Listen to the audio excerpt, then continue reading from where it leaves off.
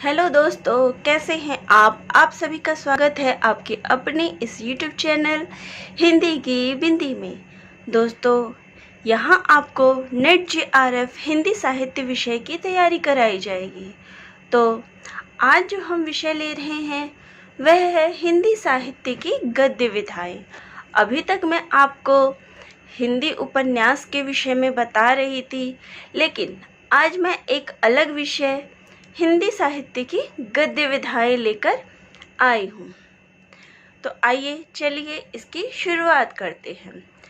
दोस्तों, मेरे चैनल को लाइक ज़रूर करिएगा और अगर आप मेरे चैनल पे नए हैं तो प्लीज़ इसे सब्सक्राइब करना ना भूलें और मेरे नए वीडियो को देखने के लिए बेल आइकन को दबाना ना भूलें।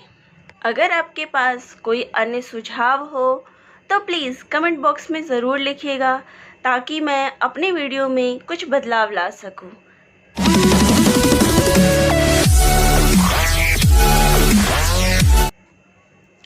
दोस्तों, तो चलिए हम शुरुआत करते हैं हिंदी साहित्य की गद्य विधाएं। हम हिंदी साहित्य में अलग अलग चीज़ें पढ़ते हैं। कभी हम कविताएं पढ़ते हैं, कभी उपन्यास पढ़ते हैं, कभी कहानियाँ, कभी रिपोर्टाज, कभी डायरी लेखन, कभी यात्रा साहित्य आदि। तो ये सब क्या है? तो इन्हें जो है हिंदी साहित्य की गद्य विधाएं बोला जाता है। ये सब जो है वो हमारे हिंदी साहित्य की विधाएं हैं। अब इसके अंदर जो है हमें कौन कौन सी विधाएं मिलती है?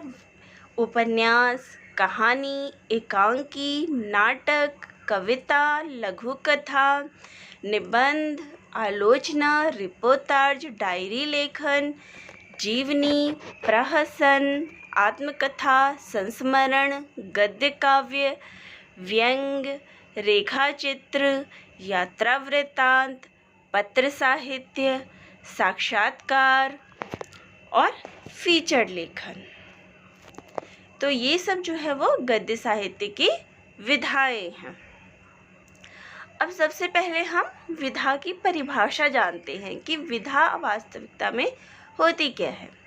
तो विधा का अर्थ है प्रकार, किस्म, वर्ग या श्रेणी। जैसे जीव विज्ञान में जीवों का वर्गीकरण किया जाता है, साहित्य में विधा का प्रयोग जो है एक वर्गीकारक के रूप में किया जाता है।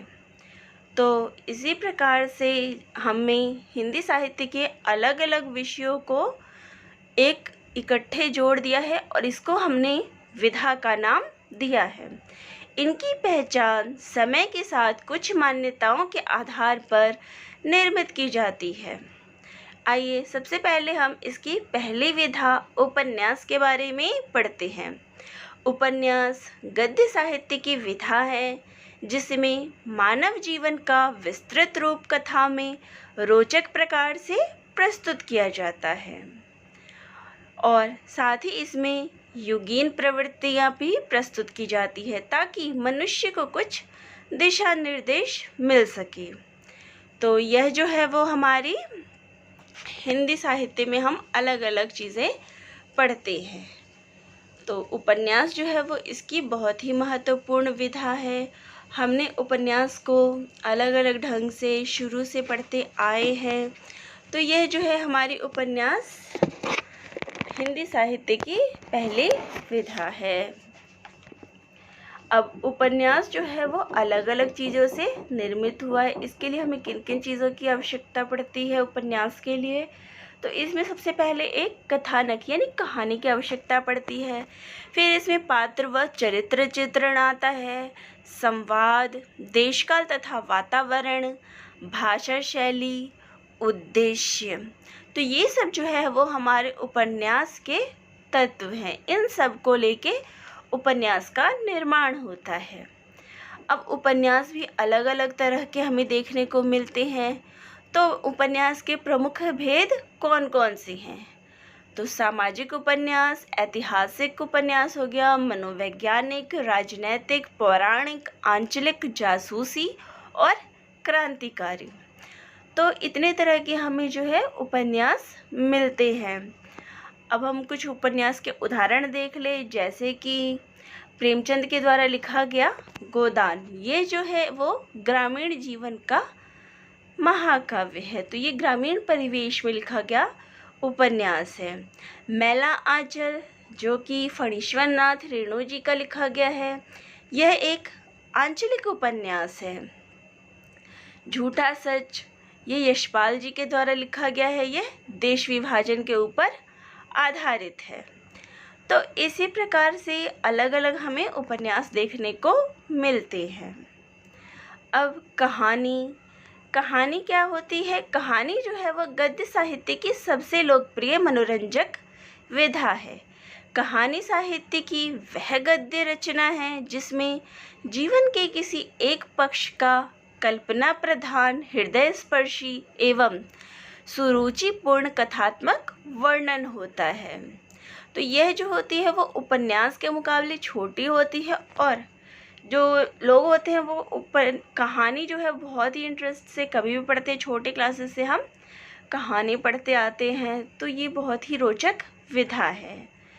कहानी एक कलात्मक गद्य विधा है। उपन्यास की तरह जो है हमें कहानी के भी अलग अलग तत्व मिलते हैं, किसको लेके उपन्यास का और कहानी का निर्माण हुआ है। तो इसमें भी हमें कथानक चाहिए, पात्र व चरित्र चित्रण चाहिए, संवाद, देशकाल तथा वातावरण, भाषा शैली और उद्देश्य। तो ये सब जो है वो हमारे कहानी हैं।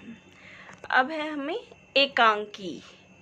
तो कौन कौन से जो है वो एकांकी हैं? एक अंक वाले नाटक को एकांकी कहा जाता है। आकार में छोटा होने के कारण जो है इसमें जीवन का खंड चित्र प्रस्तुत होता है।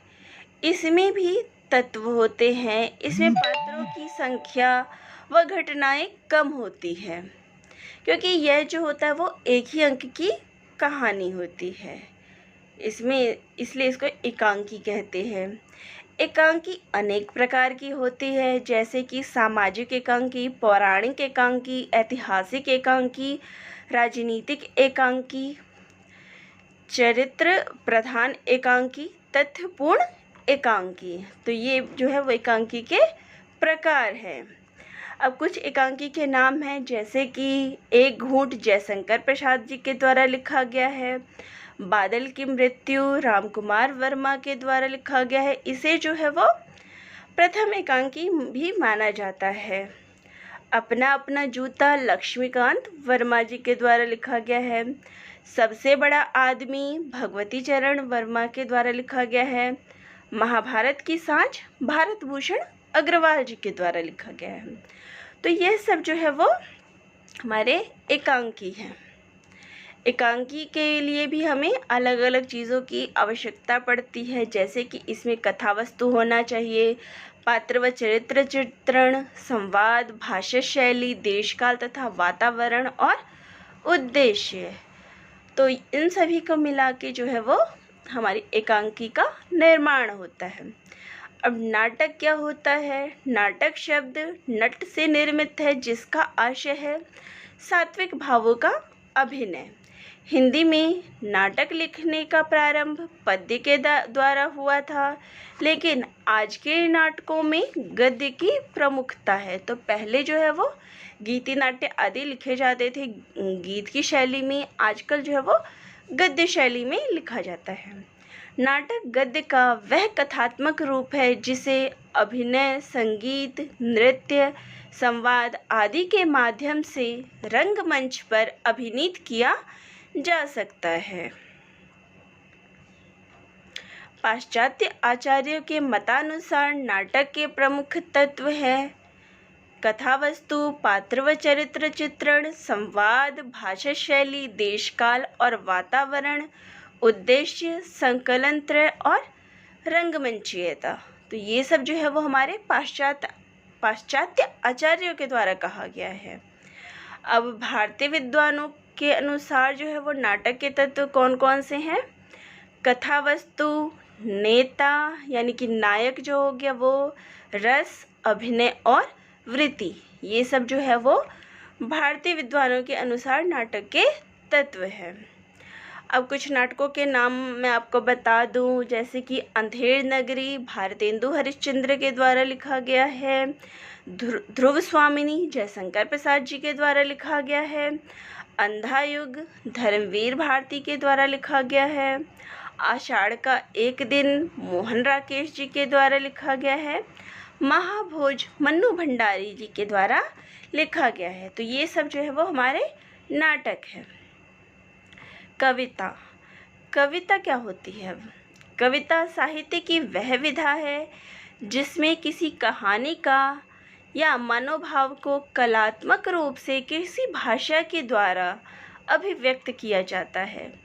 कविता का अर्थ है काव्यात्मक रचना या कवि की कृति जो छंदों की श्रृंखलाओं में विधिवत बांधी जाती है। विद्वानों का विचार है कि मानव हृदय अनंत रूपात्मक जगत के नाना रूपों व्यापारों में भटकता रहता है, लेकिन जब मानव अहम की भावना का परित्याग करके विशुद्ध अनुभूति मात्र रह जाता है, तब वह मुक्त हृदय हो जाता है। हृदय की इसी मुक्त साधना के लिए मनुष्य की वाणी जो शब्द विधान करती आई है उसे ही कविता कहते हैं। काव्य के भेद भी अलग अलग हैं। स्वरूप के अनुसार काव्य भेद, शैली के अनुसार काव्य भेद। स्वरूप के आधार पे भी काव्य के दो भेद हैं, श्रव्य काव्य एवं दृश्य काव्य। जिस काव्य का रसास्वादन दूसरों से सुनकर या स्वयं पढ़कर किया जाता है उसे जो है हम श्रव्य काव्य कहते हैं, जैसे कि रामायण और महाभारत। श्रव्य काव्य भी दो प्रकार के होते हैं, प्रबंध काव्य और मुक्तक काव्य। प्रबंध काव्य जिसमें कोई प्रमुख कथा काव्य के आदि से अंत तक क्रमबद्ध रूप से चलती है। कथा का क्रम बीच में कभी नहीं छूटता और गौण कथाएं बीच बीच में सहायक बनकर आती है, जैसे कि रामचरितमानस। अब प्रबंध काव्य जो है वो भी दो प्रकार की होती है, महाकाव्य एवं खंड काव्य। जिस काव्य की आनंदानुभूति अभिनय को देखकर एवं पात्रों से कथोपकथन को सुनकर होती है उसे दृश्य काव्य कहते हैं, जैसे कि हमें नाटक में या चलचित्र में देखने को मिलता है। अब शैली के अनुसार काव्य के भेद हैं। पद्य काव्य, इसमें किसी कथा का वर्णन काव्य में किया जाता है, जैसे कि गीतांजलि। गद्य काव्य, इसमें किसी कथा का वर्णन गद्य में किया जाता है, जैसे कि जयशंकर प्रसाद के द्वारा लिखी गई कामायनी। गद्य में काव्य रचना के लिए कवि को छंद शास्त्रों के नियमों से स्वच्छंदता प्राप्त होती है। अगला है चंपू काव्य। इसमें गद्य और पद्य दोनों का समावेश होता है, जैसे कि मैथिली शरण जी के द्वारा लिखा गया यशोधरा जो है वो चंपू काव्य है। अब मैं कुछ कविताओं के नाम आपको बता देती हूँ, जैसे कि अंधेरे में मुक्ति बोध के द्वारा लिखा गया है। सरोज स्मृति निराला जी के द्वारा लिखा गया है। अकाल और उसके बाद नागार्जुन के द्वारा लिखा गया है। 20 साल बाद धूमिल जी के द्वारा लिखा गया है। कलगी बाजरे की अज्ञे जी के द्वारा लिखा गया है। अब लघु कथा। लघु कथा क्या होती है? लघु कथा शब्द का निर्माण लघु और कथा से मिलकर हुआ है, जिसका अर्थ है एक ऐसी विधा जो कि आकार में लघु हो और उसमें कथा विद्यमान हो, उसे जो है हम लघु कथा कहते हैं। लघु कथा का मतलब जो होता है वो छोटी कहानी से नहीं है। छोटी कहानी लघु कथा हो सकती है, पर जिसमें लघु कथा और कथा के बीच में एक खाली स्थान होता है। लघु कथा भूमिका विहीन विधा है, जिसमें एक विशिष्ट कालखंड में चिन्हित विसंगतिपूर्ण कथ्य का निर्वाह यथार्थ के धरातल पर किया जाता है। अब कुछ लघु कथाओं के नाम भी मैं आपको बता देती हूँ, जैसे कि विष्णु प्रभाकर के द्वारा लिखा गया जीवन पराग हरिशंकर परसाई जी के द्वारा लिखा गया। संस्कृति, जाति और सुअर असगर वजाहत के द्वारा लिखा गया। मुश्किल, काम, शेर और डंडा रमेश बत्रा जी के द्वारा लिखा गया है। नौकरी, लड़ाई, खोया हुआ आदमी सतीश दुबे के द्वारा। देश का महत्व, भीड़ में खोया आदमी और रिपोर्ताज, ये सब जो है हमारे लघु कथा लिखे गए हैं। अब निबंध क्या होता है? निबंध जो है वो गद्य की उस रचना को कहते हैं जिसमें लेखक किसी विषय पर अपने विचारों को सीमित, सजीव, स्वच्छंद, सुव्यवस्थित रूप में अभिव्यक्त करता है। निबंध भी जो है वो अलग अलग प्रकार के होते हैं, जैसे कि वर्णनात्मक, विचारात्मक, विवरणात्मक, भावात्मक, विवेचनात्मक, आलोचनात्मक और व्यंग्यात्मक, अलंकारिक निबंध, ये सब जो है वो निबंध के प्रकार हैं। अब कुछ निबंधों के नाम क्या है? तो शिव शंभू के चिट्ठे, जो कि बाल मुकुंद जी के द्वारा लिखा गया है। राजा भोज का सपना, शिव प्रसाद सिंह जी के द्वारा लिखा गया है। कछुआ धर्म, चंद्रधर शर्मा गुलेरी जी के द्वारा लिखा गया है। मजदूरी और प्रेम, सरदार पूर्ण सिंह के द्वारा लिखा गया है। कविता क्या है? ये जो है वो रामचंद्र शुक्ल जी के द्वारा लिखा गया है। ये सब जो है हमारे निबंध हैं। अब आलोचना। आलोचना, जैसे कि हमें अर्थ से ही पता चलता है कि किसी चीज़ के बारे में आलोचना, अपने अलग से एक विचार, जैसे किसी ने कुछ लिखा है तो उस पे हम क्या अपना अर्थ निकालते हैं, वो किस तरीके का क्या है, तो यह एक आलोचना होती है। तो आलोचना हिंदी गद्य साहित्य की प्रमुख विधा है। आलोचना का अर्थ है किसी रचना को उचित प्रकार परख कर उसके गुण और दोषों की समीक्षा करना और उसके विषय में अपने विचार प्रस्तुत करना। आलोचना के लिए समीक्षा एवं समालोचना शब्द का प्रयोग भी किया जाता है। आलोचना रस अनुभूति का बुद्धि विषयक उल्लेख है। कुछ समालोचक लेखकों के नाम इस प्रकार हैं: डॉक्टर श्याम सुंदर दास, आचार्य रामचंद्र शुक्ल, आचार्य हजारी प्रसाद द्विवेदी, डॉक्टर नागेंद्र रामविलास शर्मा, बाबू गुलाब राय, आचार्य नंद दुलारे वाजपेयी। तो ये सब जो है वो समालोचक लेखक है, आलोचक हैं। अब मैं कुछ आलोचक ग्रंथों के नाम और उनके ग्रंथकार के नाम आपको बताती हूँ। काव्य में अभिव्यंजनावाद, ये जो है वो रामचंद्र शुक्ल जी के द्वारा लिखा गया है। हिंदी साहित्य का इतिहास, ये भी रामचंद्र शुक्ल जी के द्वारा लिखा गया आलोचनात्मक निबंध। नया साहित्य नए प्रश्न, ये जो है वो नंद दुलारे वाजपेयी जी के द्वारा लिखा गया है। हिंदी साहित्य की भूमिका, ये जो है वो आचार्य हजारी प्रसाद द्विवेदी जी का आलोचना है। प्रेमचंद और उनका युग, ये रामविलास शर्मा जी के द्वारा लिखा गया है।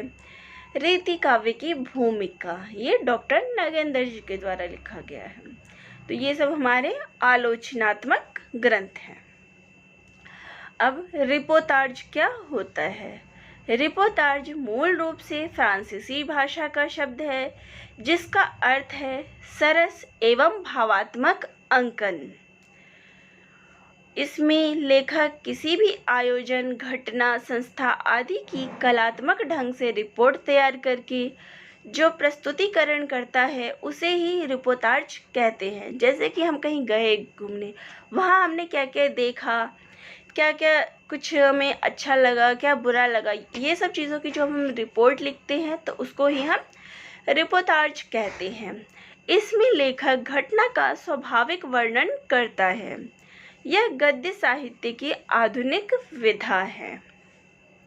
कुछ गद्य लेखकों के नाम हैं: कन्हैयालाल मिश्र प्रभाकर, विष्णु प्रभाकर माचवे, श्याम परमार, अमृत राय, राघव प्रकाश चंद्र गुप्त आदि। तो अब जो है कुछ रिपोर्टाज के नाम मैं आपको बता देती हूँ, जैसे कि लक्ष्मीपुरा शिवदान सिंह चौहान के द्वारा लिखा गया है, तूफानों के बीच रंगे राघव, प्लाट का मोर्चा शमशेर बहादुर सिंह, युद्ध यात्रा धर्मवीर भारती, जुलूस रुका है विवेकी राय जी के द्वारा लिखा गया है। तो ये सब जो है वो हिंदी के रिपोर्टाज हैं। अब है डायरी लेखन। तो ये भी जो है हिंदी साहित्य की आधुनिक विधा है। डायरी गद्य साहित्य की महत्वपूर्ण विधा है। डायरी शब्द अंग्रेजी का है। डायरी में प्रतिदिन की घटनाओं का वर्णन जो है वो तिथिवार होता है। जैसे कि आज हमने ये काम किया, पूरे दिन की जो हम डिटेल्स लिखते हैं कि क्या हमने दिन भर में क्या क्या काम किया, क्या क्या हमारे साथ घटना हुआ, क्या हुआ, तो ये सब जो है वो डायरी लेखन के अंतर्गत आता है। इसमें लेखक उन घटनाओं का वर्णन करता है जो उसके जीवन में घटित होती है। हिंदी में सर्वप्रथम डायरी लेखन का प्रयोग महात्मा गांधी जी ने किया था। आज के युग में डायरी लेखन का महत्व बहुत बढ़ गया है। अब कुछ डायरी लेखन के जो कवि हैं वो है धीरेन्द्र वर्मा, रामधारी सिंह दिनकर, शमशेर बहादुर सिंह एवं मोहन राकेश। ये सब जो है वो प्रमुख डायरी लेखक हैं। अब कुछ डायरी के नाम भी मैं आपको बता दूं, वो है डायरी के पन्ने घनश्याम दास बिरला के द्वारा लिखा गया है। सेवाग्राम की डायरी श्री राम शर्मा के द्वारा। मेरी कॉलेज डायरी धीरेन्द्र वर्मा। एक साहित्य की डायरी ये मुक्तिबोध जी के द्वारा लिखा गया। और प्रवासी की डायरी ये हरिवंश राय बच्चन जी के द्वारा लिखा गया है। तो ये जो है वो हिंदी साहित्य की महत्वपूर्ण गद्य विधाएं हैं। अब डायरी लेखन भी दो तरह की होती है, एक हो गया हमारा ऐतिहासिक और एक हो गया साहित्यिक। ऐतिहासिक डायरी में घटनाओं की स्पष्टता साकार हो उठती है। साहित्यिक डायरी में लेखक का व्यक्तित्व स्पष्ट दिखाई देता है। तो ये जो है वो डायरी की अलग अलग प्रकार हैं।